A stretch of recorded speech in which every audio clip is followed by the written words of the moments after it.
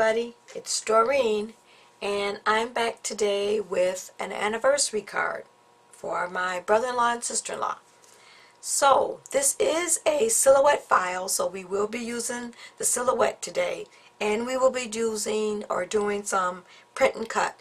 Now I'm not going to show you how to do that because I've got plenty of videos out there. I've actually got an actual tutorial on how to do the print and cut. So what does our card look like for today? This is the card that we will be making.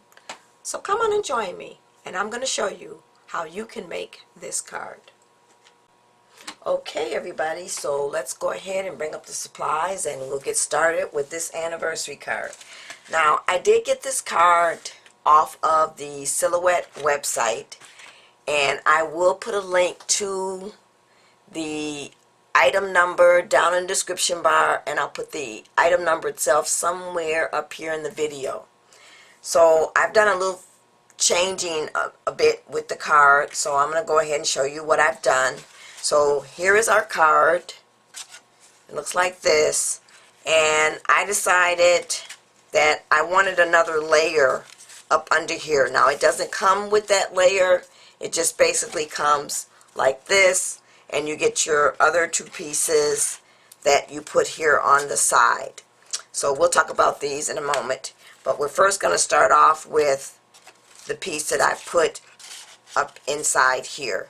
So all I did was just take and measure out a piece of cardstock, and this measures 5 by 7 because our card is 5 by 7, and I'm going to go ahead and put that inside facing this way, because I do have an inside sentiment as well that I'm going to be taping down here. Now I also went ahead and ran this through the Cutterbug folder that's by Anna Griffin, and it's called the Poppy embossing folder, and it kind of looks like that in the inside. So I ran it through that, and I'm just going to go ahead, let's see, I'm going to use this side, so we're just going to take and make it face down this way. So I'm just going to put some tape, and I'm going to do it on the card itself, along here, and along this side, and I'm going to also put some on the butterfly. You don't have to, but I think that I will. And then I might as well go ahead, and I'm just going to take my two-way zig pen and get some glue along here as well. So I'm just going to put glue in all these little spaces here. And you don't have to do this, but I want this to kind of stay down, so I am going to go ahead and put some there anyway.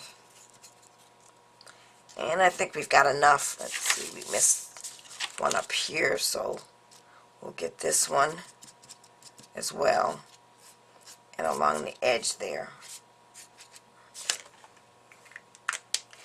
And then I'm just going to take, and I'm going to line this up, and hopefully I'm going to line this up evenly,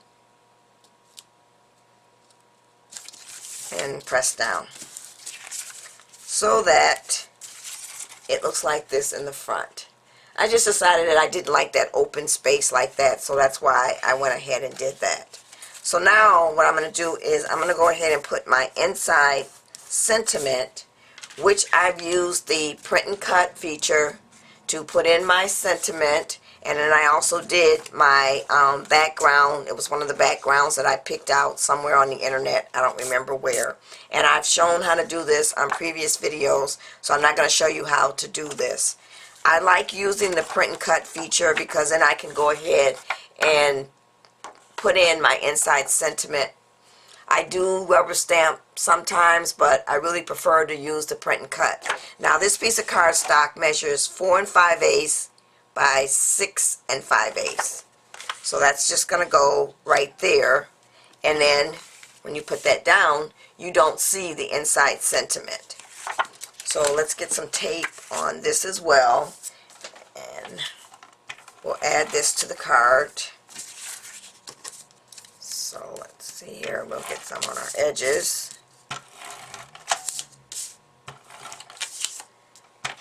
And then we'll get some in the middle there. And then we'll just add this to the inside of our card. And press down. So now what we'll do is we'll start adding our next pieces. Now because I've added that cardstock in there, I may have to take my bone folder because I want my card to lie a little flat there. So let's go ahead and start adding the rest of our pieces here.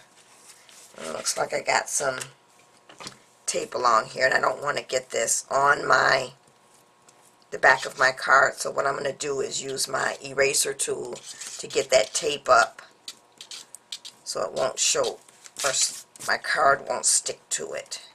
So just bear with me for a moment while I do that. Okay, so now let's add our next layers here. So what I've done is I once again used the print and cut, and I spelled out happy on one of the strips and anniversary on the other strip, and I'm going to lay those right there. And I am going to pop these up because I like dimension for my cards. So let's get some foam dots here, and we'll add those, and then we'll put that as well on the card. I just think when you pop things up, it just really makes your card stand out. So that's why I kind of do that, as well as, of course, we know I like to add my bling. So let's get this one off. These are sometimes hard to get off, even though I have nails. So we'll just add this one on that side. So we need to come down just a little bit here. So I'll do like that, and then I'll get some on this one. And we'll be ready to add this one as well. And then I'm going to show you what I did for the top layer of the butterfly. I am really happy the way that what I did came out as well as it did. So we got one more here, and just going to line this up, and we're going to put that one down. So now we have this top layer that comes with the file that is for your butterfly here. So what I decided to do was I did cut out the butterfly, but then I took my rolled flower die and I made several rolled flowers, or I guess you could call these roses. But anyway, and I don't remember if this is my creative time or my favorite things. I have both dies, and so I didn't label them, so I don't know whose is whose. But I went and filled this all in the shape of the butterfly, and then I took and put bling down the middle there. And then for the actual flowers, I used cream color cardstock, and then I just went ahead and inked some of the cards, the flowers, using the Stampin' Up! Cameo Coral stamp ink. And then I also went and took some of my homemade glimmer mist that I've made up and sprayed that on there. And I don't know if the camera's going to pick it up, but it is absolutely gorgeous. So I'm going to put that right there. So I'm going to go ahead and add this, and then of course I got to add just a little bit more bling here. and I'll come back with the finished card and my envelope. Okay, everybody, so I'm back with the finished card, and I've really blinged this one up. So this is my finished card.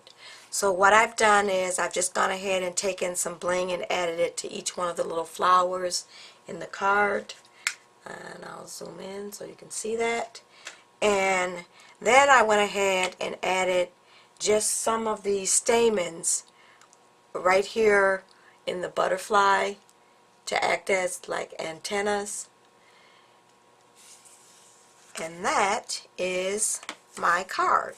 So now let's talk about the envelope. So once again, I've used my We Are Memory Keepers 123 punch board, which looks like this, and I have done a video on how to use this to make my envelope. Since most of my cards are pretty dimensional, I like to make these envelope boxes. That way I know my card will fit inside there. Now the paper that I used to make the envelope, and I do use paper rather than cardstock, and you do have to be careful because paper is paper and it does tear easily, and I did kind of tear it up here at the top, but I just went ahead and taped it back together because I didn't want to waste that sheet of paper. And this paper is from this paper pack. It's called the Stack 7. It's by DCWV. I think this is a pretty old one. I've had that one for a while. And then I went ahead and cut out the happy anniversary, and I've used this before. This is from Bird's Cards. She actually has it as a bendy card is what she calls it. I just went ahead and took just the image itself, and I will put that link down in the description bar as well as to where you can find the happy anniversary. And who knows, you might want to make the bendy card as well. And that is my anniversary card for my brother-in-law and sister-in-law. Thanks for watching, everybody. Bye.